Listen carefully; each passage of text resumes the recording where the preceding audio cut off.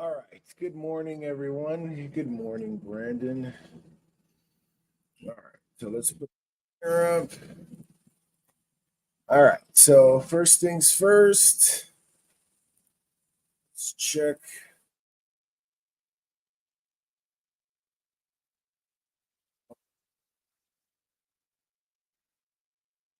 Anything going on?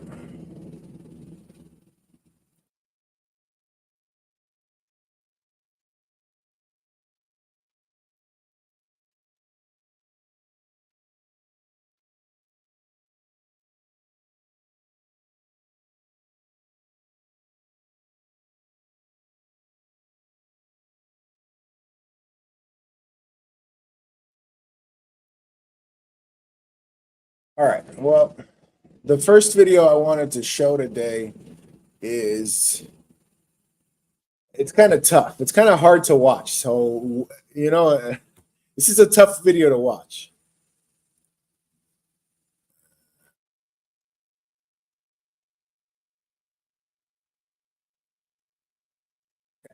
So, this guy is he's basically saying that, he can't make it. And so, he starts crying. And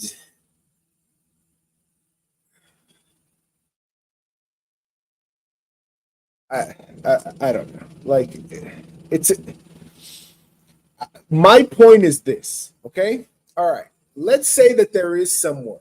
Let's say that there is someone who is, serious and isn't, easily corruptible or manipulated or pressured, and there is somebody who is willing to, get elected and actually, force votes and actually, fight for things, but they're in situations right now where those are the people who can't get ahead. And so this is kind of an example of that. So I just want to play it and see what you think. And I know you're going to have something to say about it, because you're going to say like, oh, he's not, he's a crybaby or whatever. But all right, let's see. To try and pitch him a vote for Joe Biden. This is someone who really could use that talking to. This guy went viral for just really articulating in a very powerful and emotionally raw way the working class struggle right now. I don't know how any of you guys are going. I know you got to be at the same level of mental health as me. Every day it's something new between the fucking news and the fucking stupid Biden and stupid Trump. And this country's fucked. Every day we're spending more and more money. None of us are getting ahead. The rich people are the ones that are fucking getting ahead. I'm tired of struggling. I've done everything I can. I'm trying to be a good man. I take care of my daughter. I take care of my wife the best I can. I can't keep going. Every day it's something new. And then on top of that, as if you're not trying to spend money, you have to. Fucking everything's expensive. How did I know? How did I know?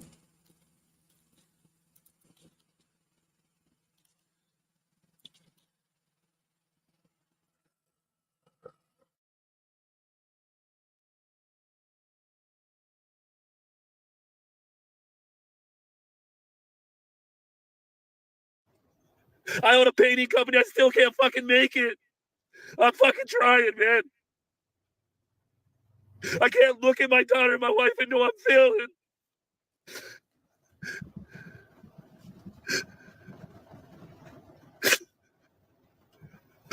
I'm fucking...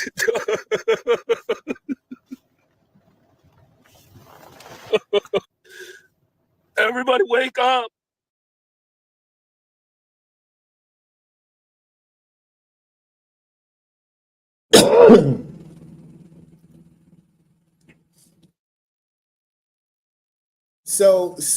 Okay. So I'm not, I get it, like I get it. No one wants to hear a grown man cry. I get it. But I mean, when was the last time one of you people cried like this? Maybe it is. Maybe it is.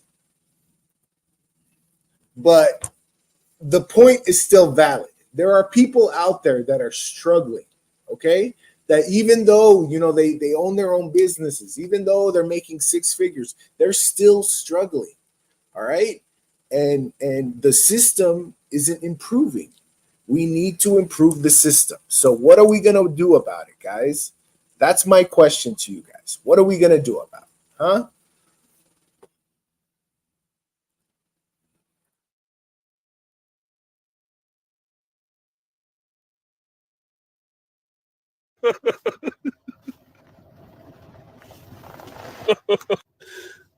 Everybody wake up.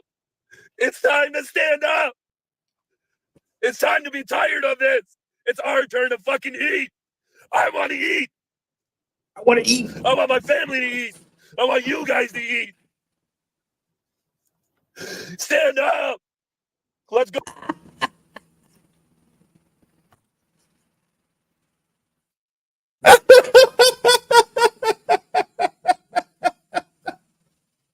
Shells. You're not helping me. You're supposed to be helping me. Oh, it's funny.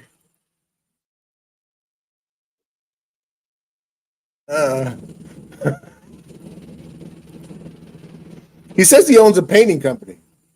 Go. Stand up, man. Let's fucking eat. I'm tired. Let's help each other. I don't care what your political affiliation is. I don't care what fucking color you are. If you are not eating and you're struggling, eat with me. Let's struggle together then. Let's be a team. So, a lot sticks out at me from that, but the line, I can't look at my daughter.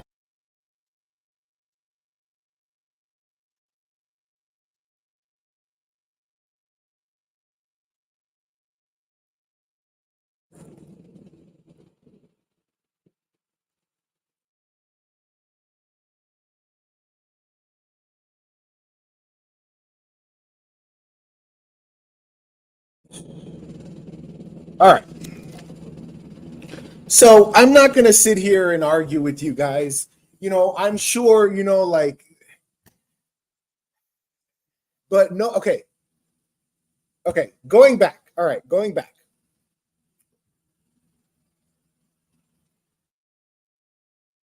No one wants to hear a grown man cry. When was the last time any of you people, cried like that? Because of your mental health or stress or something. Like, do you understand that there are a lot of people right now that are not as lucky as we are? And I keep trying to, express this, and people laugh and they think that, oh, he's a big crybaby. So I'm just saying there's a problem. There's a problem. And if we're not doing anything about it, it's going to keep getting worse. All right? That's all I'm saying.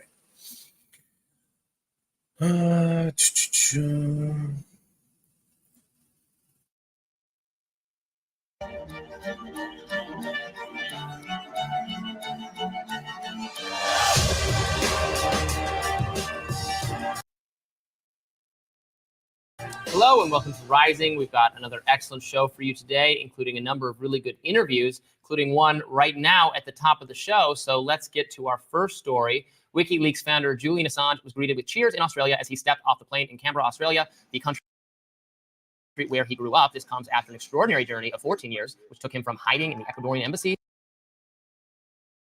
to prison in London. And did I think Biden?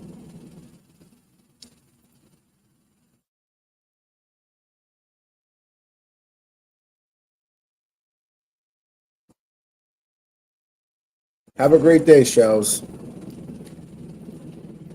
Finally home. Now, just hours earlier in the U.S. territory of the Mariana Islands, Assange pleaded guilty to one felony charge of violating the U.S. Espionage Act and was sentenced to time served. In 2010, WikiLeaks released files relating to the wars in Iraq and Afghanistan.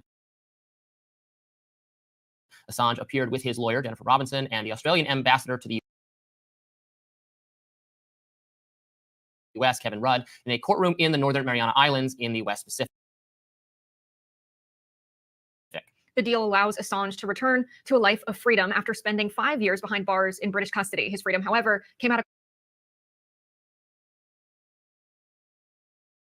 cost. The flight back to Australia cost $520,000, a price Assange will have to repay to the Australian government. His wife, Stella, wrote on X, emergency appeal for donations to cover massive US dollars, $520,000 debt for jet. Julian's travel to freedom comes at a massive cost. Julian will owe $520,000.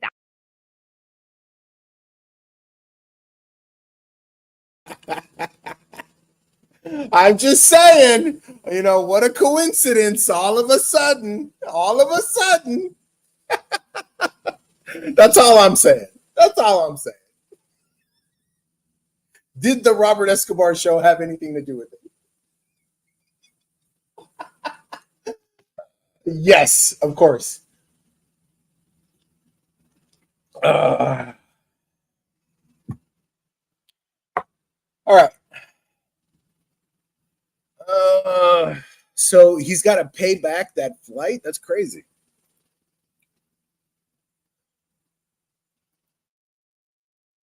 To Australia cost $520,000 today. His freedom, however, came at a cost. The flight back to Australia cost $520,000, a price Assange will have to repay to the Australian government. His wife, Stella, wrote on X, emergency appeal for donations to cover massive US dollars, $520,000 debt for jet. Julian's travel to freedom comes at a massive cost. Julian will owe $520,000, which he is obligated to pay back to the Australian government for a charter I'll pay you later. J199. He was not permitted to fly commercial airlines or routes to Saipan and onward to Australia. Any contribution, big or small, is much appreciated. Joining us now to discuss is Julian Assange's brother, Gabriel Shipton. Thank you so much for coming on. Yeah, good to be with you again. So help us understand, this flight. I think a lot of people saw this and they were like, how could a flight possibly be this expensive? What is this money for? Can you help us understand why this cost is so high? Well, it was a special flight for Julian to take him from Stansted Airport in London via Bangkok. They had to stop and refuel in Bangkok, and then they had to stop in that island you mentioned, in the Mariana Islands, Saipan. So, that's how much stuff costs, people. 500 and something for a plane. So these billionaires are running around fucking paying this shit. And on that island, it's the closest US jurisdiction to Australia. And so when Julian arrived on that island, he took his guilty plea before a judge on that island, and that judge accepted that guilty plea and sentenced Julian to time served. So he could then walk out of that court a free man. But these lengthy stopovers and complicated route, I suppose, led to the inflated cost of this flight. Interestingly, the flight tracker was for a small period of time, was the most tracked flight on the planet. It for a very short amount of time, eclipsed Taylor Swift's jet, which is the most tracked jet on the planet. So the amount of interest in Julian's freedom and his trek across the globe back to Australia, where he is now safe and sound, as you see in that video footage, was closely watched by many thousands of people around the world. Mm. Describe to us his mental state. That's a funny that's a fun fact that most people care about Taylor Swift's plane than anybody else's. That's crazy. His mood. I mean, how is he doing right now? He must be quite elated to finally be free? What is going through his head? Have you had much contact with him yet? I've had a couple of texts while he was on the flight. I was speaking to him every day in the lead up to when he was going to get on the jet. As the details were falling into place, I was talking to him, about how he would get to the airport. They actually snuck him out of prison very, very early in the morning. The UK authorities not wanting his transfer to be leaked to the media as long as possible. So all these little details that he was sharing with me, even up until the evening when he left the prison. But he was very excited, obviously a little bit anxious because there was those little bits that needed to be done in the US jurisdiction, but very excited to be out, talking about what he'd do when he got home. Go for a swim. I'd be worried about assassination. Good morning, Kosti. How you been? What's new with you? Did you see that I got? Did you see that I got Julian Assange free?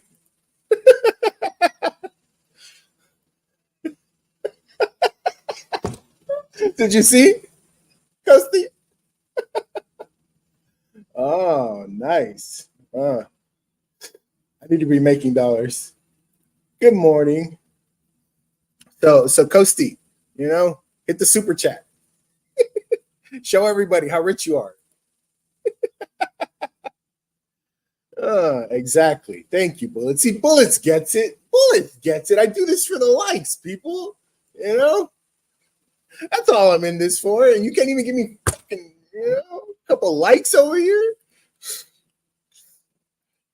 The ocean, listening to the Australian birds, bird life, and just being with his family and being with his two small children who have never known Julian outside a maximum security prison. So today's a really special day, Robbie, for us. I know I've been on this show many, many times, and I want to thank you for all the efforts that you guys put in keeping this issue alive and educating the public on this issue, because it's platforms and channels like yours that really make a difference. Exactly. We got to keep this issue alive. Exactly. That was our job.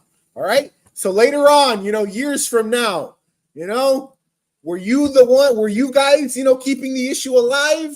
Were you? Or were you just sitting around yucking it up, talking about racists like, Daisy and Queenie and fucking, stupid Brett? So just saying, later on, are you going to look back and be like, I remember, keeping that issue alive? No, wrong, losers. To people's knowledge of this case. We appreciate that, and we feel very strongly, very passionately about freedom of speech, about press freedoms, and we only thought that more people should have been speaking up consistently. No, they were too busy. They were too busy. They were too busy. They were too busy. Calling butt plugs a pussy over here. Clear violation of very core principles to the United States. Do you know more about what motivated the deal falling into place right now? Obviously, maybe it's just speculation, but Donald Trump had said something about Assange when pressed at the Libertarian National Convention gathering. The Libertarians have been pretty vocal about wanting Assange to go free. Did this issue finally get before Joe Biden, and did he say, why are we still continuing this?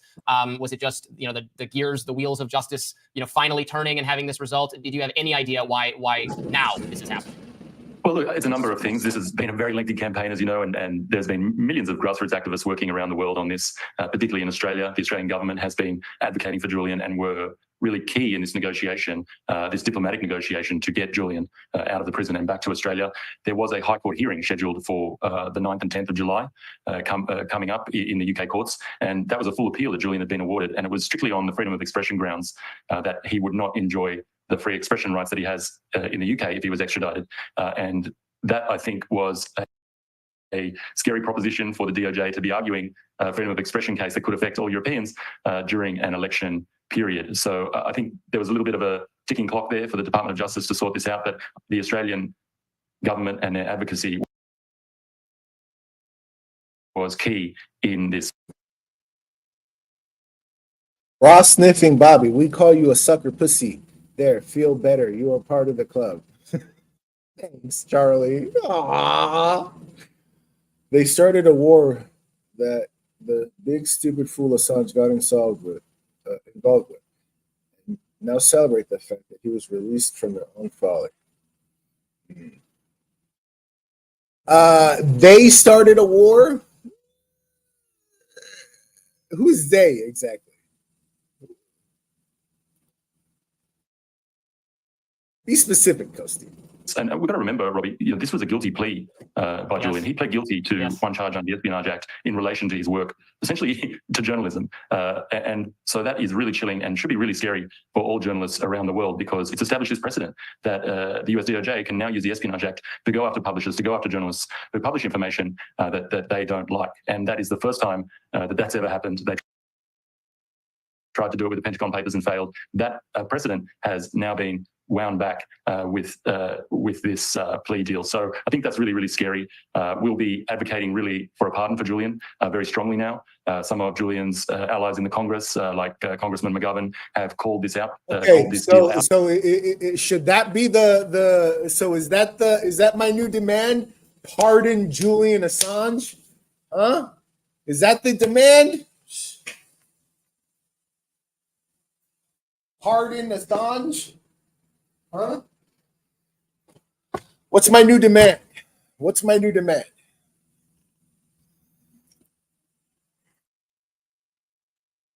As very dangerous for journalists. So has Jamil Jaffa from the First Amendment Institute. So there will be a real push now to secure a pardon for Julian and really unwind this precedent that's been set.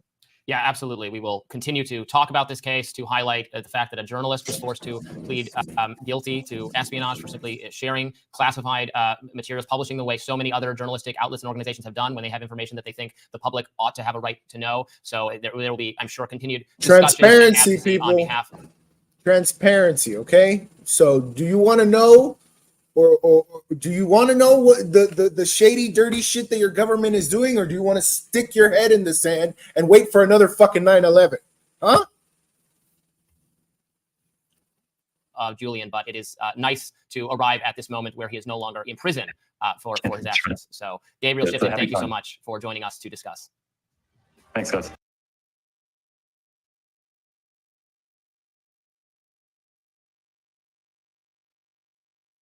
Squad lady, are you talking about AOC?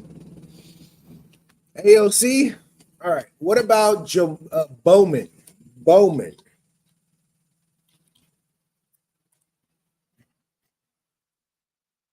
This fucking loser. Jesus Christ, Jamal Bowman.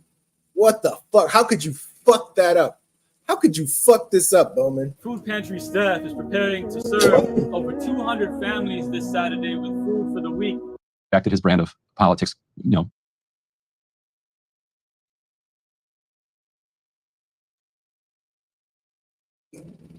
CDC is set to release its recommendation on a COVID vaccine formula and who should get it this fall. It comes a day after it updated its RS.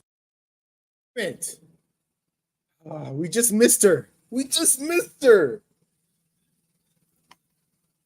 What? What are you talking about? Fair and square. Right. But you just can't say that. You can believe it. And Let's move on to some of the most interesting news playing out right now, especially in New York's 16th district, where Jamal Bowman lost his race pretty handily. Double-digit loss for squad member Jamal Bowman. And Ryan, I think maybe we just run through some of these results quickly, and then we want to I am especially curious to hear what you have to say about what happened to Jamal Bowman and AIPAC and all of that up in New York 16th. But also Lauren Boebert did win that districting $10. It was $10 old seat. The Trump-backed candidate in Utah to replace Mitt Romney lost handily. It was like a 20-point loss. Love Romney.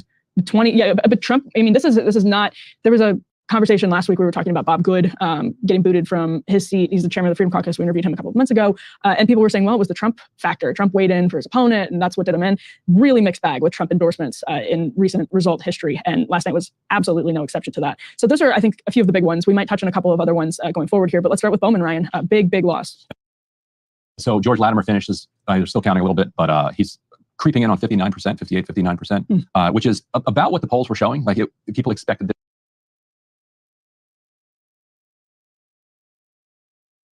Wow.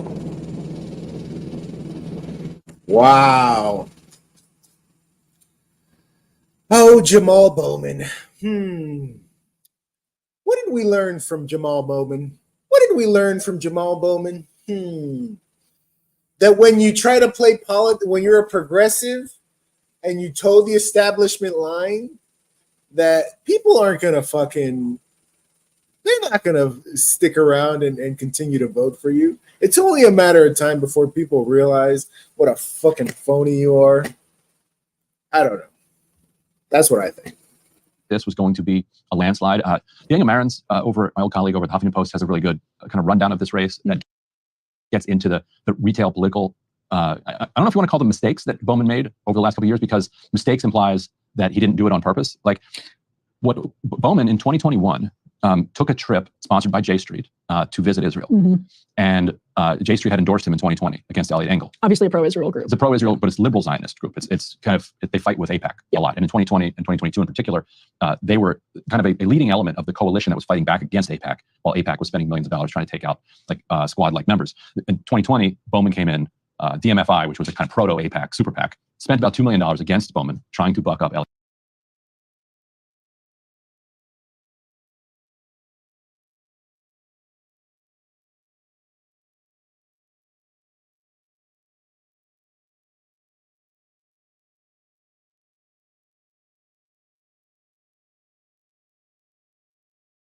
What political movement is this specifically? You know, like I feel like this is like the Antifa boogeyman. Like you've been brainwashed by the news to believe that these people are bad people. You know, like abortion is wrong, but should it be legal? Should it be legal? I mean, even there are people who are pro, you know, life, who still think that abortion should be legal in certain cases. So, you know, what we need to do is we need to come to some kind of consensus that one, you know, it is wrong, and two, it should be legal under certain circumstances. You know, so and that's the conversation. I don't know about this other bullshit, but you know, abortion is a complicated issue. Okay, you don't know what you're talking about until you have to, you know, make that choice. You don't.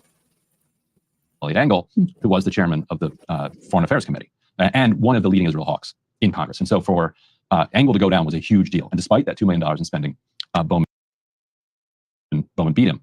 Israel-Palestine wasn't a huge part of the race at the time. It was what drove the funding, but it wasn't what drove the kind of public conversation about the race. Remember, this was the height of the George Floyd protest. And Elliot Engel had this absolutely monumental gaffe where he went to a George Floyd rally and he was caught on an open mic trying to speak. And the guy running the rally is like, look, so many elected officials here. We're not letting everybody speak. You know, it's hot out here. We'll be here all day. And he said, I wouldn't ask if I didn't have a primary. I wouldn't even be here if I didn't have a primary. Nailed it. And it was on the hot mic. It was on New York One. It's like, wow. And it fed into that's a tone deaf thing to say at the height of the George Floyd protest. And also he was caught living in Maryland at the time. Like a reporter went to his door in Maryland and found him there. And like, you've been claiming you've been at these events in New York, but you haven't been in New York at all. He's like, I've been in both places. And there was no evidence he'd been in both places at all. He'd just been in Maryland. So the two things came together. Yep.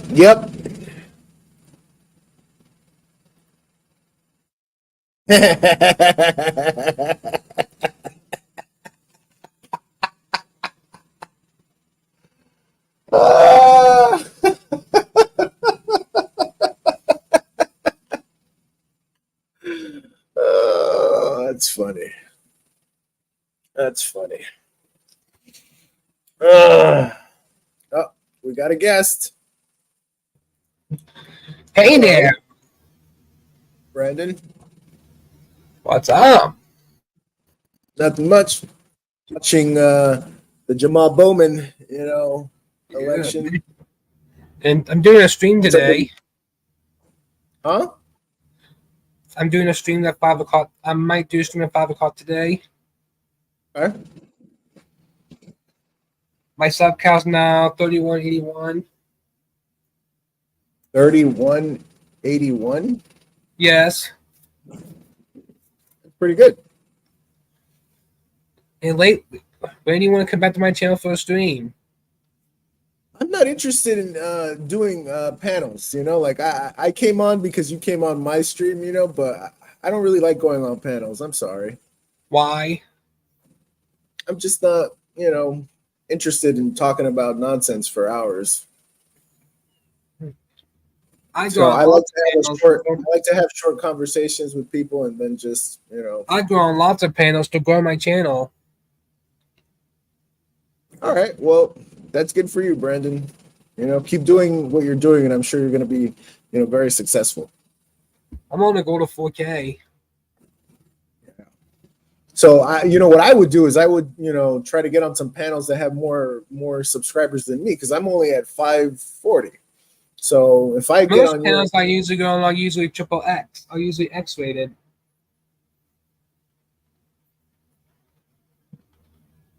That's why I'm like, most panels I go on are usually X rated and usually block me.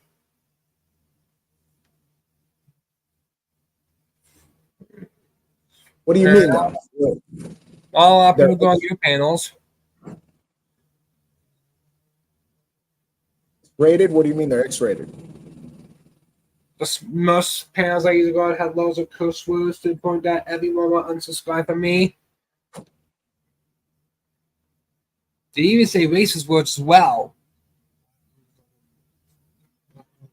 See, so you're trying to have like a serious conversation with people, and you keep getting trolled. Is that what you mean? No swear words. Most panels I usually go on are usually X-rated with loads of curse words, and they even block me for other panels as well. I see. Why do you think that is? They don't even like me. My avatar, they looked at my new avatar, and I got blocked immediately. I see. Huh. Well, that sucks. Yes. There's a restream button. Yeah, like I said, Brendan, I'm not interested. So, I appreciate you coming on, but If it hit I the don't restream really, button, if you're not interested in talking about what I want to talk about, then, if it hit the restream button, this stream will be restreamed over to my channel. I get it, but I don't really want to do that. So why? Because I don't want to. Lately, more people keep saying that. More people saying I have the best streams. I just like doing my own thing, Brandon. But so, do you want to talk about, what I want to talk about, or do you want to, I'm just trying to go on new panels. Trying to get well, more. you've been on my panel. I've been on your panel. So, have a great day. All right, Brandon. I'm gonna let you know. All right. Bye.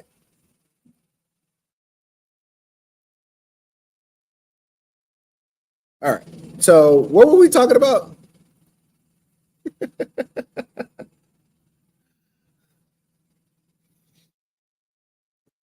All right. Hold on.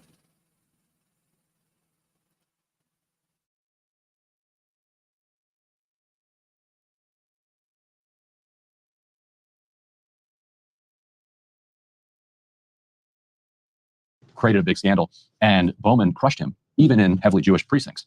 2021, J Street takes him to Israel. And AIPAC takes lawmakers to Israel on these guided tours every 2 years. Steny Hoyer organizes these trips. They're bipartisan. And they come back fortified in their support for Israel. Jamal Bowman came back from that trip to Israel a changed person. And he's talked about this. Like seeing the occupation up close in the West Bank, like seeing that Muslim could not, or Palestinians could not go down certain roads. Seeing the fencing, there's this one famous street that has kind of netting over top of the street, and I think it's in Hebron, because so many of the Jewish Israeli settlers there throw trash onto the street from their settlements. So they eventually had to put up a net. Highways where you can't drive if you don't have the right license plate. You have to have certain permits to get different areas. He was shocked to his core. And so that's why I say I wouldn't describe the political decisions he made after that as mistakes, because he decided that this was wrong and this was something he was going to stand up for. Now, he did in the time since then, he did not build inroads into the Jewish community. He did not come to the synagogues. And this is what they say, that he didn't come to the synagogues and have this dialogue with them. He didn't talk to them about his experience that he'd had there. It was more of just a public kind of political campaign that he was running, and that's what he felt was appropriate. But what it did is it drove this wedge even among, say, the liberals in his district, who might say, you know what, I agree with you, I'm against the occupation, this and that. They felt like they had just kind of lost touch with him. He didn't care about that community. And so it's interesting that AIPAC spent nearly $20 million in this race, because his initial race is what basically brought AIPAC into the super PAC game. Like DMFI spending $2 million and losing to Jamal Bowman convinced AIPAC, okay, DMFI is not cut out for this on its own. Like they're raising $5-10 million a year. We can do much better than that. So that's why they came in 2022 and spent 30, 40, $50 million, and why they came in and spent nearly $20 million just in this race. Wasn't it 14 the total? Somewhere like 14 points for Bowman this race. I saw 17, but I don't think we've seen a final number either. I mean, either way, it is the most expensive race, and all because of AIPAC. It's the most expensive house race in the history of house races. Yes, it is, and that's including that David Trone, like the total wine guy, who spent like 12 of his own $1 million to finish in third place in one race, and then spent more than like roughly that to finally win. And God knows what he spent to lose his Senate race this year. But I forgot about that. That's a different question. Yeah, most expensive race in history. Most but it's also New York, like buying air. Wow, that's crazy to me. So a Congress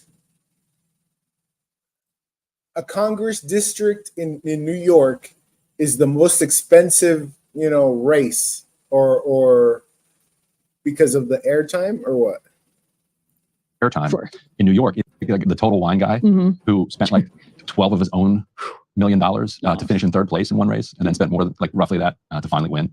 And God knows what he spent to lose his Senate race this year. But forgot about that. That's a different question. Yeah, most expensive race in history. But it's also because it's New York. Like buying airtime in New York is insanely expensive. And to blanket the airwaves, especially when you have to buy New York Air, but it's like suburban New York that you're actually aiming for, is going to cost you an enormous amount of money. So interestingly, there was a report in Axios this morning after Bowman. Okay. Hold on. I wanted to show you this. What do you guys think about this? All right. They cannot find one They cannot find one unvaccinated kid who is autistic. Do you think that this is true, or is this fake news? What do you guys think? Could this be real, or is this fake news? What do you guys think?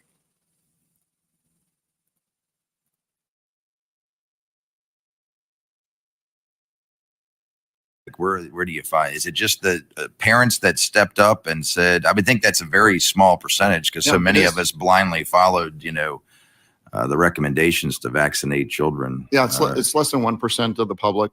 So the Amish are a perfect example of a large group of people who are largely unvaccinated, and there's no we can't find an autistic kid who was unvaccinated. It's very, very rare in the Amish community, very, very rare. You won't find kids with ADD, with autoimmune disease, with panda pans, with epilepsy. You just don't find any of these chronic diseases in the Amish. And the U.S. government has been studying the Amish for decades, but there's never been a report out to the public. The reason, of course, is it would show that, really? Oh no, Nurse D, don't say this. This might have a ripple effect. Oh God, that'd be horrible. That'd be horrible. Sometimes people need to go. You know what I'm saying? Hold on, you're scaring me. You're scaring me.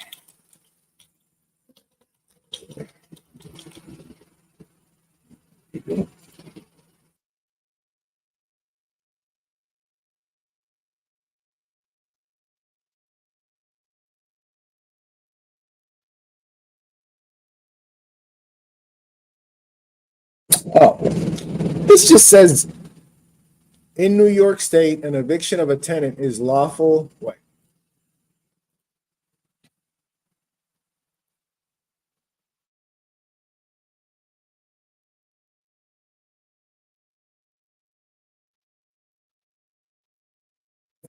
Has brought a court proceeding and obtained a judgment of possession from the court. A sheriff marshal, that's already how we do it out here. So I didn't know. I mean, what, you guys could change the locks or what? You could change the locks and just take shit out of people's houses? I wish I could do that, man. Holy shit, if I could do that, that'd be awesome. Locks are changed. Sorry. All your shit is outside. Go get it. Hurry up before someone grabs it. Man, that's funny. Okay. Out to the public. The reason, of course, is it would show that, oh, if you don't follow our guidelines, you're going to end up in a report. And you know, the U.S. government has been studying the Amish for decades, but there's never been a report out to the public. The reason, of course, is it would show that, oh, if you don't follow our guidelines, you're going to end up healthier. That's why there's no report after decades of studying the Amish. There's no report because the report would be devastating to the narrative. It would show that the CDC has been harming the public for decades and saying nothing and burying all the data. So what do you guys think? You think that that's real or fake news? You think that we should be studying the Amish people? Huh?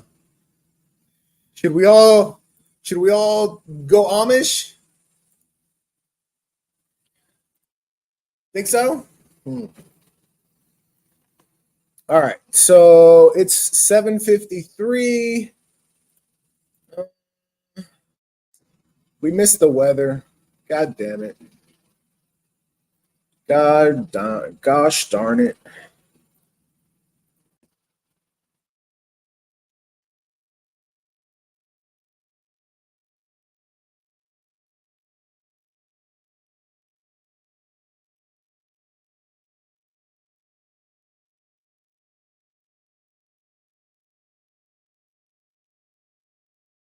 How do you say this? Hunza? Hunza in China? In China or China? You're stupid.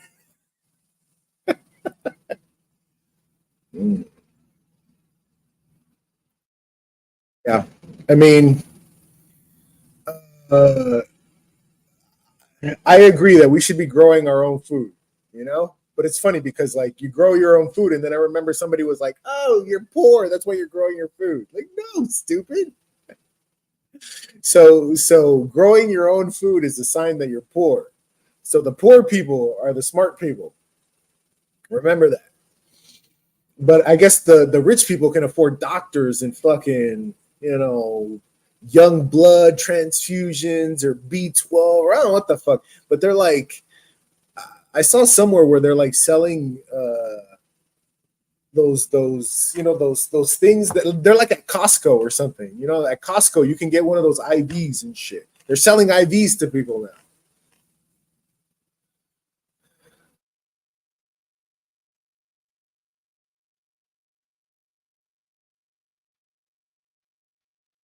Jealous people will say anything. They're just jealous that they can't grow their own food. Exactly. Huh? You're just jealous of my pumpkins. Of my pumpkin soil blocks. That's crazy, huh?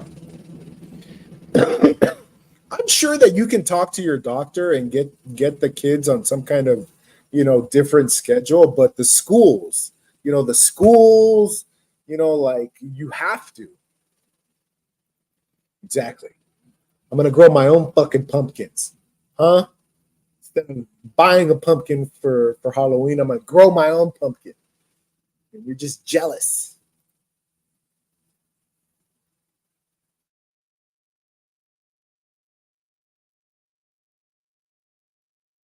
Morning, peace, love, sunshine. Good morning. All right. So I'm just waiting for the weather girl. I need my weather girl, you know, like I'm not, I refuse to go. I refuse to start the day today. I'm calling off today if I don't get my weather girl. That's all I'm asking for. Is that so much to ask for? So you're saying that I can, you know, go but I have to be that parent where I'm like religious exemption, but they're like, Robert, you don't go to church. Fuck you.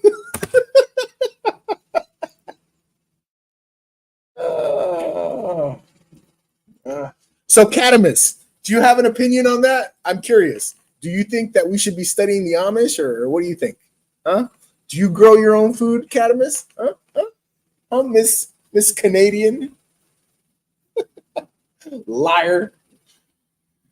Canadian, my ass. You're as Canadian as I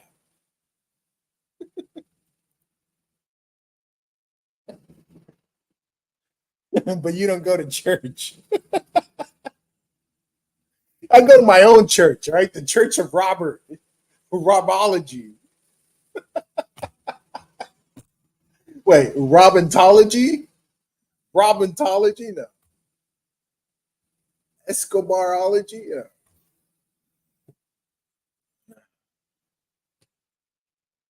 Oh, it's my beliefs. Okay.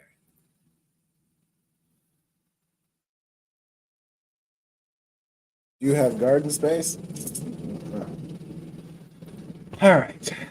Well, it's almost 8 o'clock, but are they going to show the weather or what? God damn it. When I want them to show the weather, they won't show the goddamn weather.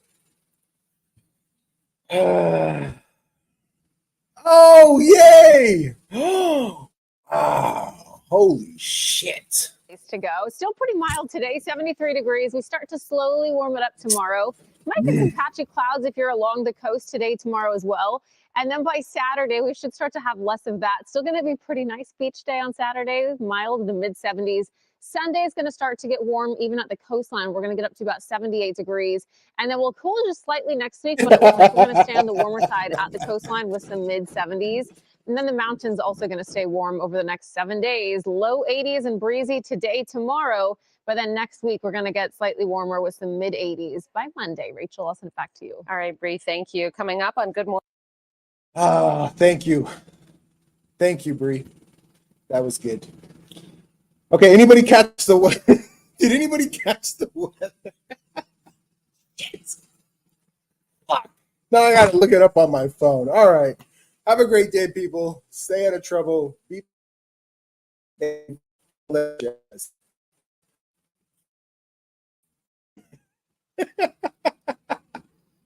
all right, later. Have a great day. Make it a great day, people, okay?